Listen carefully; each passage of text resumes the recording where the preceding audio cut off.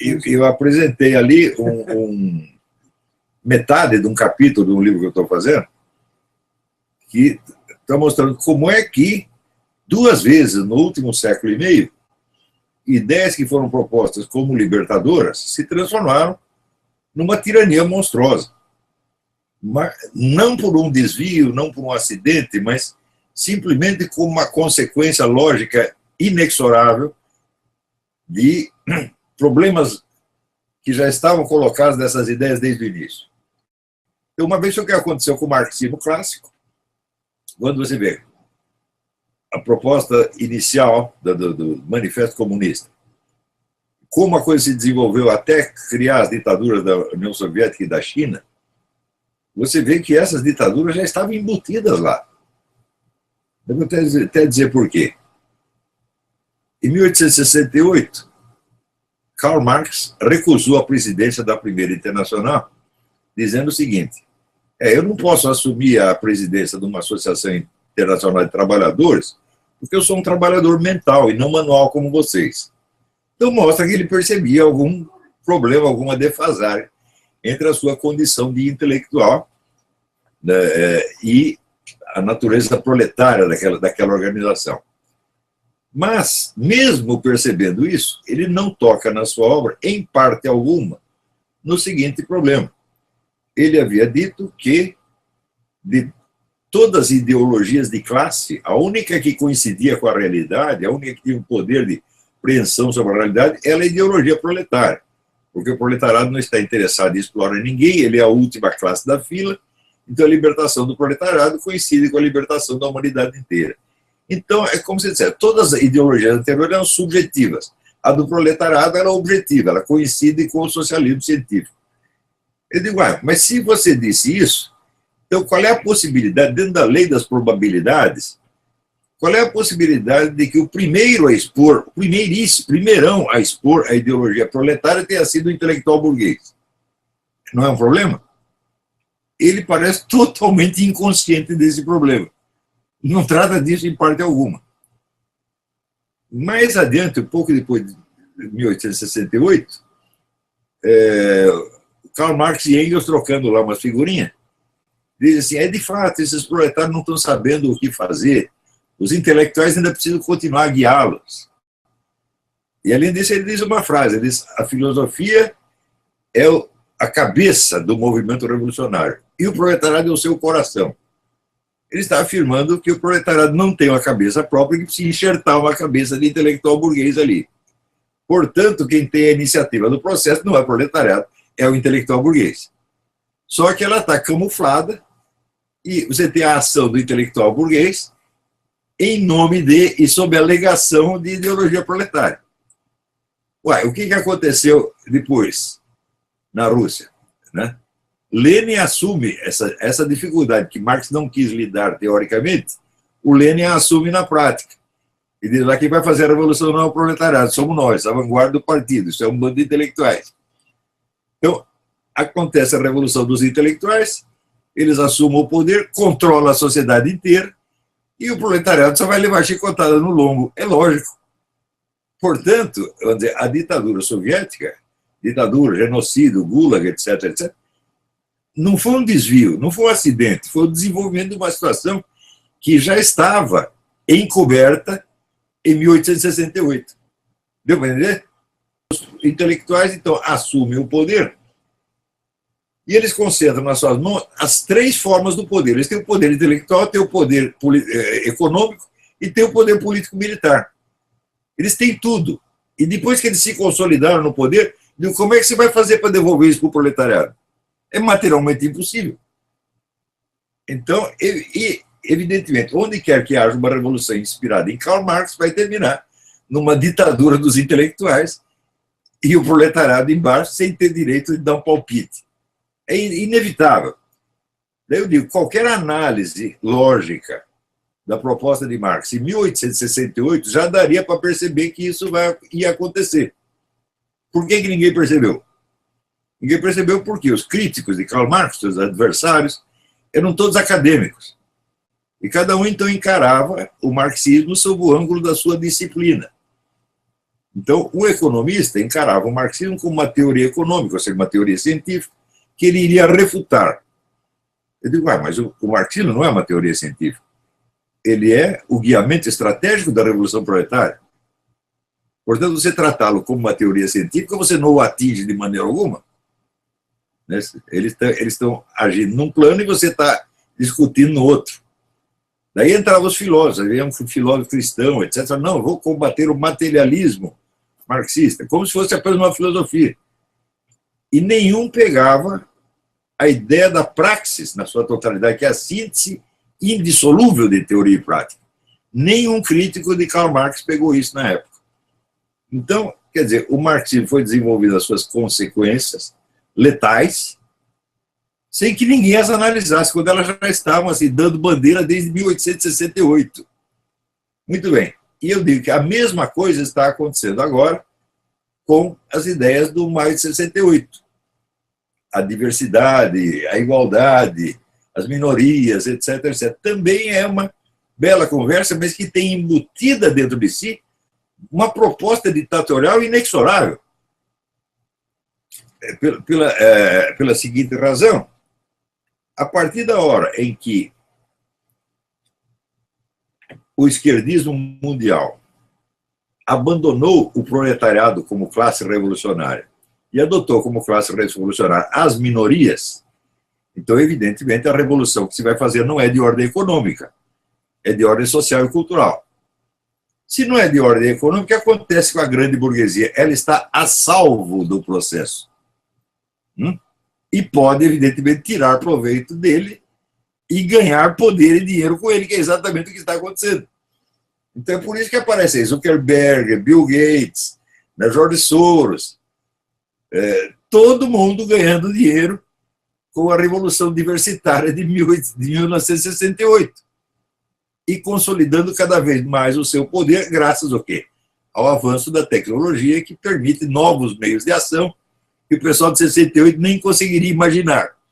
Então, isso quer dizer, o grande capital internacional já engoliu a Revolução Diversitária e já está mandando nele. Pior, esse pessoal da grande burguesia se tornou inatingível, porque eles controlam tudo por meios tecnológicos e não por meios jurídico-legais. Eles não são um governo. Então, o que você pode fazer contra eles? Absolutamente nada. Então, a esquerda internacional cada vez mais depende dessas grandes fortunas, e as grandes fortunas estão comandando o processo. E criaram, então, um novo sistema hierárquico em que os mandantes ficam no céu como um Olimpo, absolutamente inatingíveis, e os seus próprios militantes não sabem que estão sob as ordens deles. Então, de novo, a revolução que se diz libertária está criando uma monstruosa ditadura. Então, 2 vezes essa porcaria aconteceu. Então, isso, para vocês terem ideia, vamos dizer, do tamanho da inconsciência dos agentes envolvidos nessa coisa. Intelectuais, militantes, todo o beautiful people do show business, eles não sabem o que estão fazendo. Né? E, como diz, não sabem o tamanho da piroca, você entende, né? Mas que caíram na mesma armadilha do proletariado soviético. De novo. Então, o que nós podemos aprender com essa gente? Nada. Nós temos que explicar para eles o que eles estão fazendo. Bom, você vê, uma revisão profunda, 68, ela acaba remontando a 1910.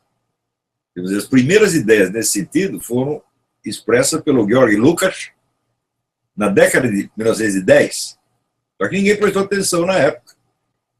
Depois aparece a Escola de Frankfurt. A Escola de Frankfurt só vai ter alguma repercussão efetiva quando os camaradas vêm para os Estados Unidos. Enquanto estão na Alemanha, ninguém ligava para eles. Né? Mas aqui, eles foram paparicados, receberam os melhores postos, etc. Apareceram na mídia e acabaram tendo uma repercussão formidável. Eu acho que a característica principal de toda esta linhagem é a total ignorância da sua própria situação existencial. Eles não sabem o que estão fazendo. Eles não sabem o que estão gerando. Eles se apegam, quer dizer, ao mundo dos valores expressos em palavras. e acham que isso é o mundo real. Por exemplo, a defesa das minorias. Bom, você quer fazer um mundo onde todas as minorias sejam bem tratadas, onde todas as minorias sejam tratadas como se fossem maiorias. Entendeu? Muito bem. Quem tem o poder de fazer isso? Qual é o agente real que pode fazer isso aí? Os intelectuais por si não podem fazer isso. Por quê? Porque ao adotar essa estratégia diversitária, eles desistiram da Revolução Proletária, que eles chamavam de proletária. Então, eles desistiram de tomar o poder político e decidiram agir na base da sociedade, na cultura. Então, eles não têm as facilidades que teve o Lenin. O Lenin toma o poder e de lá ele molda a sociedade do jeito que quiser. A intelectualidade agora não faz isso, ela quer agir diretamente na sociedade. Só que ela não tem o poder para mudar a sociedade de alto a baixo como ela quer. Quem tem o poder? Eu digo, as grandes fortunas. Então, quem assumiu a liderança, o poder de iniciativa na sociedade? Os megacapitalistas, ou como eu sou metacapitalista, eu quero nem são capitalistas mais. Tem tanto dinheiro que já está fora do capitalismo. São esses que estão conduzindo o processo. Então, você vê que isso é a apoteose do capitalismo, meu Deus do céu. Está entendendo? Quer dizer, os caras que se acham socialistas, comunistas, etc., estão todos trabalhando com a meia dúzia de banqueiro. Então, isso é a total ignorância da sua situação existencial. Está entendendo? Quer dizer, o sujeito não sabe quem está dando as ordens, quem está pagando e qual vai ser o resultado que ele está produzindo. Ninguém sabe. É tudo um bando de alienado. Por isso, esse estudo que eu estou fazendo agora me fez perder totalmente o respeito por todos esses intelectuais de 68, Pierre Bourdieu, Michel Foucault. Eu digo, meu Deus, eles são muito burros, muito. Assim como, quando se você montar o próprio Karl Marx, eu digo, olha, o cara percebeu que ele é intelectual, portanto ele não pode ser o presidente da Internacional. Falou muito bem. Mas ele continua dizendo que os intelectuais têm que dirigir o processo. Então, em que sentido tem a expressão ideologia proletária? Se um burguês tem que inventar ideologia proletária e com muita dificuldade injetá-la na cabeça do proletariado. Então, é claro que essa conexão entre posição de classe e ideologia não existe. É uma invenção. O que existe é uma ideologia que um sujeito de fora inventa, tentando expressar o que ele imagina serem os interesses de uma classe tal. Isso já aconteceu na Revolução de 1789 na França, onde nenhum dos líderes revolucionários era um capitalista, um burguês. Era tudo intelectual de classe média, os perrapados. Então, se quem inventou a ideologia burguesa não foram os burgueses, quem inventou a ideologia proletária também não foram proletários. Resultado, não há conexão alguma. Mas se não há conexão entre a ideologia de classe e a classe a que o neguinho pertence, então é evidente que quem está conduzindo o processo não é a classe social mencionada, mas é alguém que vem de fora. No caso aí, por exemplo, os intelectuais. Então, mas se os intelectuais desistiram da estratégia marxista tradicional, de tomar o poder por uma insurreição, e decidiram atuar só na cultura, então, evidentemente, eles não têm na mão os instrumentos estatais que o Lenin tinha. Quem tem esses instrumentos? Ou o próprio Estado ou as grandes fortunas. Então, esses é que são os verdadeiros agentes do processo. Pior, o progresso da tecnologia é tão rápido que essas grandes fortunas desenvolvem meios de ação que os intelectuais nem imaginam. Eles já passaram na frente. Quando você imagina esse negócio do carro sem motorista humano, então você tem um computador central que mapeia para onde todo mundo está indo. Eu digo, bom, e você está falando dos direitos das minorias? Ninguém tem direito nessa porcaria. Minorias muito menos. Você pensa que está lutando pelos direitos das minorias, mas você está consolidando um poder controlador descomunal. Então, eles não sabem o que estão fazendo. É uma espécie de paralaxe cognitiva elevada à enésima potência. E quando você vê, então, esse problema tem o outro conceito que eu uso muito, que é do horizonte de consciência. O horizonte de consciência é demarcado, não pelo que o sujeito sabe, mas por coisas essenciais que ele ignora. Ou seja, para falar daquilo que ele está falando, o que ele precisa saber que ele não sabe. Então, eu exemplifiquei, por exemplo, o caso do Maquiavel. Esse é característico. O Maquiavel está lá dando a fórmula do sucesso na política e ele não apenas é um fracassado, como a vida inteira só apostou nos fracassados. Então tem alguma coisa errada com esse negócio, pô. Como é que ele não percebe? O problema não é que tem algo errado, como é que ele não percebe? Ele nunca faz essa pergunta. Quem sou eu para ensinar os outros a vencer se eu só perdi? Ele não faz esta pergunta. Então significa o seguinte, ele é burro demais para perceber a própria situação dele. E do mesmo modo, todos esses, John Rawls, o pessoal da escola de Frankfurt, Michel Foucault, Pierre Bourdieu, etc., são todos crianças que estão brincando com palavras e sem perceber qual é o tecido real das suas ações na sociedade. Eu não acho que isso seja perdoável. Quando você compara isso, por exemplo, né, com o discurso final de Sócrates, né, Sócrates tem uma visão absolutamente translúcida da situação que ele está vivendo, de quem é ele dentro da situação e quais serão as consequências. Né? Então, isso quer dizer que é perfeitamente possível um filósofo estar consciente das ações que ele mesmo está desencadeando.